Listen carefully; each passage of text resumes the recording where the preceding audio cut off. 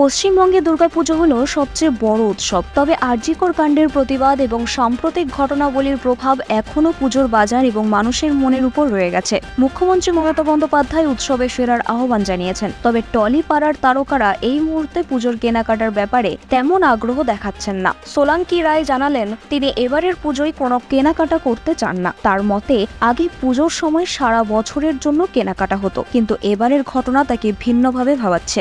স্বস্তিকা দত্ত জানিয়েছেন, তাদের পরিবারেও এবারে তেমন ভাবে পুজোর প্রস্তুতি নেই। তিনি সারা বছর পেশাগত কারণে কেনাকাটা করেন, তাই এবারের পুজোতে আলাদা করে কিছু কেনার প্রয়োজন মনে করছেন না। উষসী চক্রবর্তী জানান, তার পুজোর পরিকল্পনাগুলো থমকে গেছে। এমনকি পুজোর সময়ে বেড়াতে যাওয়ার ইচ্ছে থাকলেও এখন মনে হয় না সেই পরিকল্পনা বাস্তবায়িত হবে। অন্যদিকে শঙ্কশ্রী সিংহ মনে করেন যে প্রতিবাদ চালিয়ে যেতে হলে স্বাভাবিক জীবনযাপনও জরুরি, তাই ছোটখাটো কেনাকাটা হলেও হবে। তার মতে, এই সময়টাই ছোট ব্যবসায়ীদের কথা ভাবা খুবই গুরুত্বপূর্ণ।